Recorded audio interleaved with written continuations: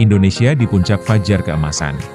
Ketika Nusantara menjadi mercusuar dunia, dan kita dipanggil untuk menyalakan cahayanya. Assalamualaikum warahmatullahi wabarakatuh. Salam sejahtera untukmu, saudaraku. Semoga rahmat dan kekuatan dari Yang Maha Pengasih menyertai langkah kita hari ini, membuka hati, menajamkan niat, dan menguatkan tekad untuk menjadi bagian dari kebangkitan yang telah dirancang sejak zaman para leluhur. Ya Allah, jadikan kami hamba-hamba MU yang tak gentar menyalakan cahaya, meski dalam gelap terdalam. Nusantara, panggung takdir yang sedang bersinar. Bayangkan sebuah pulau yang terbentang dari ujung barat ke timur, dari utara ke selatan. Bukan hanya sebagai gugusan tanah dan laut, tapi sebagai wadah jiwa-jiwa yang sedang disiapkan untuk memimpin peradaban baru. Bayangkan sebuah bangsa yang selama ratusan tahun dijajah, dipecah belah, dipaksa diam, kini mulai berdiri tegak, bukan dengan senjata atau kebencian, tapi dengan kearifan, kesabaran, dan kekuatan batin yang tak tergoyahkan. Itulah Indonesia hari ini. Kita bukan lagi bangsa yang dipandang sebelah mata. Kita bukan lagi negara berkembang yang hanya jadi pasar atau sumber daya. Kita sedang menjadi epicentrum perhatian dunia. Bukan karena kebetulan, tapi karena takdir yang dirajut oleh tangan-tangan tak terlihat sejak zaman para leluhur. Dari Wall Street hingga Silicon Valley, dari Davos hingga Tokyo, dari Brussels hingga Beijing, mereka mulai menyadari, Indonesia adalah masa depan. Bukan hanya karena jumlah penduduknya yang besar, atau sumber daya alamnya yang melimpah, tapi karena karakter manusianya. Sabar, tangguh, religius, dan penuh kearifan lokal yang universal. Tapi jangan salah paham, kebangkitan ini bukan sekadar soal GDP, infrastruktur, atau kebijakan luar negeri. Ini adalah kebangkitan jiwa. Ini adalah pemulihan roh Nusantara yang selama berabad-abad tertutup debu kolonialisme, materialisme, dan politik pecah belah. Dan di tengah panggung sejarah inilah, Satrio Piningit, sang pembawa amanah sejati, mulai menampakkan wujudnya. Bukan dalam bentuk manusia super, tapi dalam bentuk gerakan hati nurani kolektif yang mulai bangkit dari tidur panjangnya. Ramalan para leluhur, ketika nubuat mulai menjadi nyata. Akan datang masa, ketika Nusantara bersinar terang, menjadi pusat dunia, tempat keadilan dan keseimbangan ditegakkan. Serat Jayabaya. Di ujung zaman kegelapan, akan muncul cahaya dari timur. Bukan dari pedang, tapi dari hati yang tulus. Ramalan Ronggo Warsito. Manusia-manusia biasa akan bangkit, tanpa mahkota, tanpa tahta, tapi membawa kebenaran yang menggetarkan langit. Kidung Sunda dan tradisi lisan Nusantara. Para leluhur kita, para pujangga, resi, dan penjaga kebijaksanaan Nusantara, bukanlah peramal biasa. Mereka adalah pengamat arus kosmik, pembaca denyut bumi, dan pendengar bisikan langit. Mereka mencatat dalam bentuk puisi, kidung, dan simbol. Bukan untuk ditakuti, tapi untuk dijadikan peta spiritual bagi generasi mendatang. Dan kini, ramalan itu mulai terbukti. Lihatlah, ekonomi Indonesia tumbuh stabil di tengah resesi global. Bukan karena spekulasi, tapi karena kekuatan ekonomi real rakyat. UMKM, pasar tradisional, pertanian, nelayan, dan koperasi. Namun, pertumbuhan itu tak boleh membuat kita buta. Di balik angka, ada erangan rakyat kecil yang merasa terhimpit oleh kebijakan pajak yang terasa semakin membebani.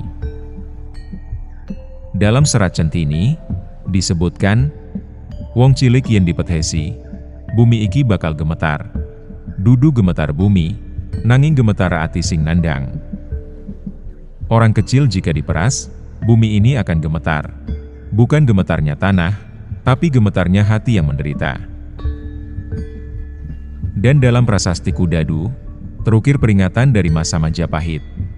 Yen raja nglalekake wong cilik, lan pajak dadi beban tanpa balik. Nusa bakal ilang berkahe, lan kemakmuran mung jadi ilusi. Jika raja melupakan rakyat kecil, dan pajak menjadi beban tanpa balasan, Nusa akan kehilangan berkahnya, dan kemakmuran hanya jadi ilusi.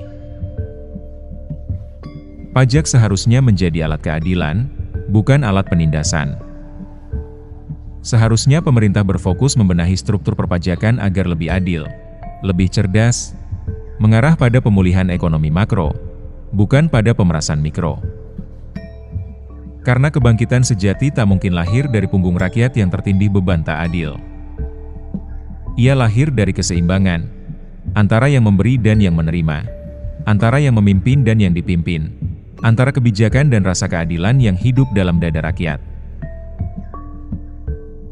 Budaya Indonesia, dari batik hingga tari, dari wayang hingga musik tradisional, kini menjadi soft power global, diakui UNESCO, dipelajari di universitas-universitas Eropa dan Amerika. Manusia Indonesia, generasi muda yang melek teknologi tapi tetap menjunjung tinggi nilai luhur, mulai mendobrak batas-batas lama, menciptakan inovasi yang berpihak pada keadilan sosial. Politik Indonesia, meski masih diwarnai intrik, mulai menunjukkan kematangan kolektif. Rakyat tak lagi mudah dibohongi, tak lagi tunduk pada politik uang, dan mulai menuntut pemimpin yang jujur, bukan yang pandai bicara. Ini bukan kebetulan. Ini adalah tanda zaman. Tanda bahwa Nusantara sedang dipersiapkan untuk menjadi mercusuar dunia. Bukan dengan kekuatan militer atau dominasi ekonomi, tapi dengan kekuatan moral, spiritual, dan kemanusiaan. Kebijakan pemerintah dan denyut hati rakyat. Ketika keduanya mulai seirama. Salah satu tanda kebangkitan sejati sebuah bangsa adalah ketika kebijakan pemerintah mulai sejalan dengan hati nurani rakyat. Bukan lagi atas ke bawah, tapi dari bawah ke atas. Lihatlah bagaimana kebijakan pembangunan desa, yang dulu dianggap proyek kecil, kini menjadi tulang punggung perekonomian nasional. Lihatlah bagaimana program perlindungan sosial, seperti PKH, BPNT, dan JKN, mulai menyentuh lapisan paling bawah masyarakat, bukan hanya sebagai angka statistik, tapi sebagai pengakuan atas martabat manusia. Namun, di sisi lain, kebijakan perpajakan yang terasa timpang, membebani pedagang kecil, UMKM, dan buruh, justru menciptakan retakan dalam harmoni itu. Pajak seharusnya menjadi alat redistribusi, bukan alat represi. Pemerintah harus berani membenahi sistem, mengejar yang besar, bukan menghimpit yang kecil, membangun kepatuhan melalui keadilan, bukan melalui paksaan. Karena ketika rakyat merasa diperlakukan adil, maka energi kolektif mereka akan menjadi kekuatan dahsyat yang menggerakkan bangsa. Tapi yang lebih penting dari itu semua, ada perubahan energi. Ada perubahan atmosfer sosial. Rakyat mulai merasa, meski samar, bahwa pemerintah mulai mendengar.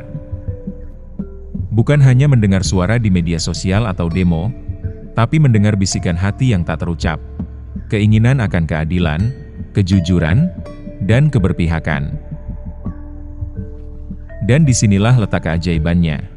Ketika pemerintah dan rakyat mulai bernapas dalam irama yang sama, maka kekuatan spiritual bangsa mulai bangkit. Bukan kekuatan mistis, tapi kekuatan kolektif yang lahir dari keselarasan niat. Inilah momen emas yang tak boleh disia-siakan. Karena sejarah membuktikan, bangsa-bangsa besar lahir bukan dari kekuasaan, tapi dari keselarasan, antara pemimpin dan rakyat, antara kebijakan dan nurani, antara kata dan perbuatan. Sang pembawa amanah sejati, diamnya mengguncang langit. Lalu, siapakah Satrio Piningit sejati? Mari kita singkirkan dulu semua gambaran populer. Ia bukan pangeran berkuda putih, bukan politisi karismatik, bukan influencer dengan jutaan followers, bukan tokoh agama yang sering muncul di televisi. Satrio Piningit sejati adalah energi, kesadaran, gerakan batin. Ia adalah yang bertindak berdasarkan kekuatan ilahi, bukan kekuatan duniawi. Ia tak gentar, karena hanya takut kepada Tuhan. Ia tak goyah, karena pijakannya adalah kebenaran, bukan opini publik. Dalam diamnya ada gempa. Dalam tindakannya ada hujan rahmat. Ia tidak mencari pengikut. Pengikut datang dengan sendirinya, karena terpikat oleh cahaya, bukan oleh janji. Ia tidak membangun istana. Ia membangun hati. Ia tidak menuntut tahta. Ia menawarkan pelayanan. Ia adalah reinkarnasi jiwa-jiwa yang telah melewati ujian terberat. Ujian kesombongan. Ketika ia dipuji, ia tetap rendah hati. Ujian keserakahan. Ketika ia punya kuasa, ia tetap berbagi. Ujian kekuasaan. Ketika ia bisa memerintah, ia memilih melayani. Ia telah mati berkali-kali. Mati ego, mati nafsu, mati ambisi, dan bangkit sebagai manusia baru. Bersih, tulus, kokoh. Ia siap mengemban amanah bukan karena ingin dihormati, tapi karena tak bisa menghindar ketika dipanggil. Ia menjadi mercusuar bukan karena ingin dilihat, tapi karena tak tega melihat orang tersesat dalam gelap. Dan ia tak pernah, sekalipun, berniat merugikan sesama. Karena ia tahu, merugikan manusia adalah merugikan Tuhan. Keadilan sejati bukan tentang menang, tapi tentang memulihkan. Wajah-wajah Satrio Piningit di sekitar kita. Mereka yang tak terekspos, tapi mengubah dunia. Satrio Piningit bukan mitos. Ia hidup, dan kita bisa melihat wajah-wajahnya di sekitar kita. Seorang santri perempuan di pesantren Jawa Timur yang mengajarkan literasi keuangan syariah kepada ibu-ibu, agar mereka tak lagi jadi korban rentenir. Seorang guru honorer di pelosok Papua yang tetap mengajar meski gajinya telat 6 bulan. Karena ia tahu, pendidikan adalah jalan memerdekakan jiwa. Seorang ibu tunggal di Jakarta yang berjualan nasi bungkus dari pukul 4 pagi, demi menyekolahkan anaknya. Tanpa mengeluh, tanpa menyalahkan takdir. Mereka tak punya jabatan, tak punya followers, tak punya gelar. Tapi mereka adalah Satrio Piningit zaman ini. Karena mereka bertindak dari hati, bukan dari ambisi. Mereka mengalir seperti air, tak terlihat, tapi menghidupi segalanya. Kita semua bagian dari kisah ini. Panggilan untuk introspeksi. Episode takdir ini terus bergulir. Dan kita semua, tanpa kecuali, adalah bagian dari kisahnya. Bukan hanya sebagai penonton, tapi sebagai pelaku utama. Kadang kita menjadi yang tertipu, percaya pada janji-janji palsu pemimpin. Kadang kita menjadi yang menipu, ikut arus korupsi, manipulasi, atau kebohongan sistemik. Kadang kita menjadi yang bangkit, melawan ketidakadilan, meski sendirian. Kadang kita menjadi yang jatuh, lelah, kecewa, ingin menyerah. Tapi pertanyaannya bukan, kapan Satrio Piningit datang? Pertanyaannya adalah, apakah aku siap menjadi bagian dari keadilan yang ia bawa? Karena mungkin, Satrio Piningit bukan satu orang. Mungkin ia adalah gerakan. Mungkin ia adalah kesadaran kolektif. Mungkin ia adalah kita, ketika kita memilih untuk jujur di tengah kebohongan sistemik, adil di tengah ketidakadilan struktural, termasuk dalam sistem perpajakan yang timpang, rendah hati di tengah kesombongan kekuasaan, sabar di tengah godaan instan, peduli di tengah individualisme. Introspeksi diri bukan pilihan, ia adalah keharusan. Bertobat bukan tanda kelemahan, ia adalah bukti keberanian. Karena selama masih ada nafas, masih ada waktu. Selama masih ada hati, masih ada harapan. Jangan tunggu Satrio Piningit datang untuk memperbaiki dunia. Mulailah memperbaiki dirimu. Karena dunia tak akan berubah oleh satu orang suci. Ia akan berubah oleh jutaan orang biasa yang memilih untuk tidak biasa. Memilih kebaikan meski sulit. Memilih kebenaran meski menyakitkan. Termasuk menuntut keadilan pajak yang manusiawi. Memilih cinta meski dikhianati. Memilih diam meski ingin marah. Memilih memberi meski tak punya banyak. Memilih memaafkan meski terluka. Di ujung perjalanan, kita menemukan diri. Bukan versi yang dipamerkan, tapi yang dikenal Tuhan. Di ujung semua pencarian, di balik semua kekecewaan, di seberang semua ujian, kita akhirnya menemukan satu hal, diri kita sendiri. Bukan diri yang ingin kita pamerkan di Instagram. Bukan diri yang diakui gelar atau jabatan. Bukan diri yang dipuji atasan atau disanjung teman. Tapi diri yang sebenarnya, yang dikenal oleh Tuhan, yang dilihat oleh alam semesta, yang dirasakan oleh hati nurani kita sendiri. Dan disitulah, akhirnya, kita mengerti, Satrio Piningit bukan datang untuk menyelamatkan kita dari dunia. Ia datang untuk mengingatkan kita sendiri bisa menjadi penyelamat, bagi diri sendiri, bagi sesama, bagi dunia. Asal kita berani, melepaskan topeng, berhenti berpura-pura kuat, kaya, sukses, bahagia. Jujur pada hati, mengakui ketakutan, kelemahan, dan kerinduan sejati kita.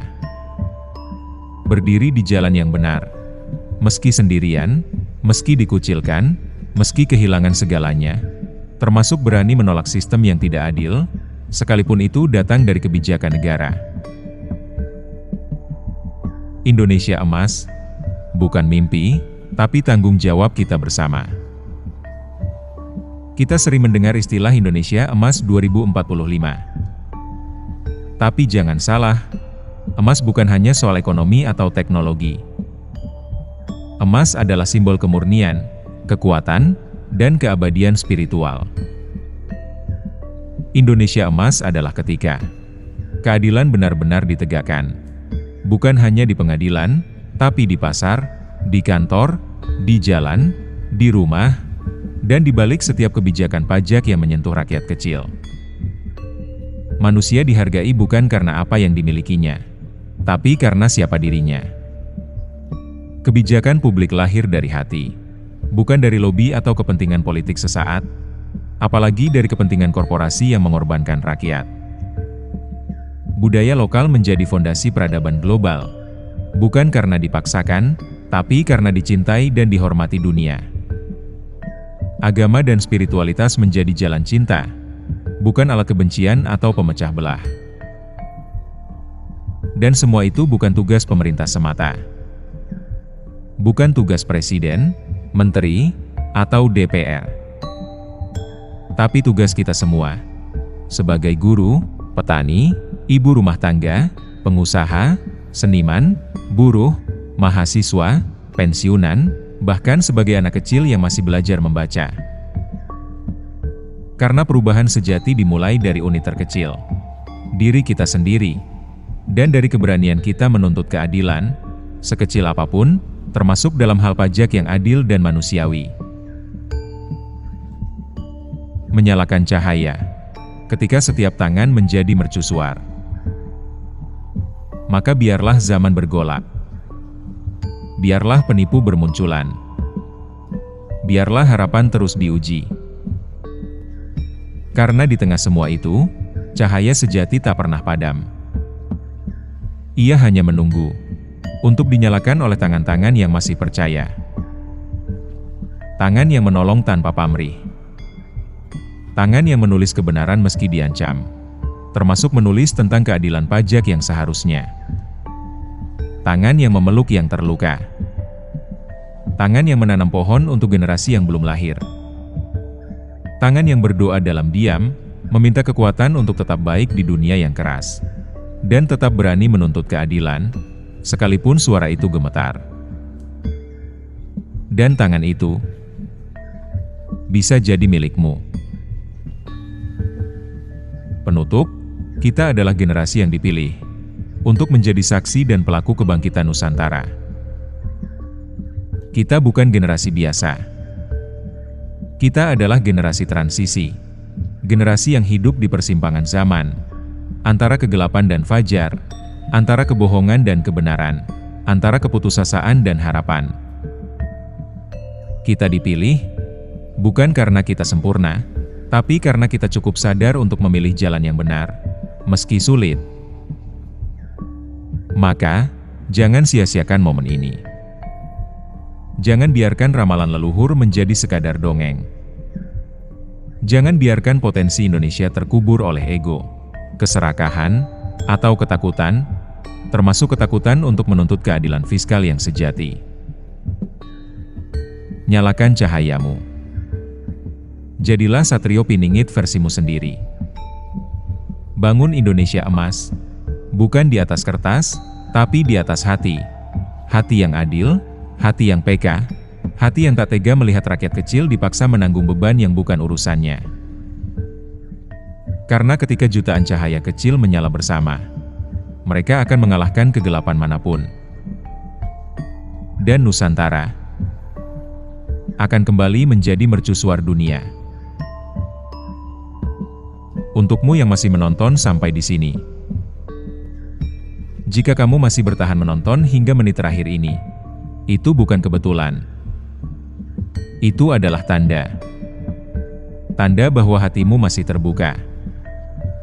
Bahwa jiwamu masih merindukan makna.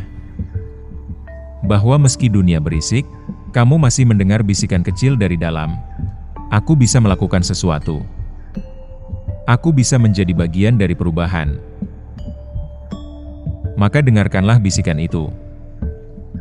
Peluklah. Wujudkanlah. Karena sejarah bukan ditulis oleh yang paling kuat, tapi oleh yang paling setia pada hati nuraninya.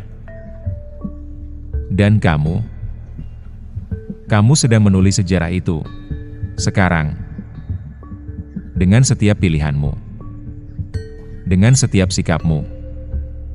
Dengan setiap keberanianmu menuntut keadilan, sekecil apapun itu terasa.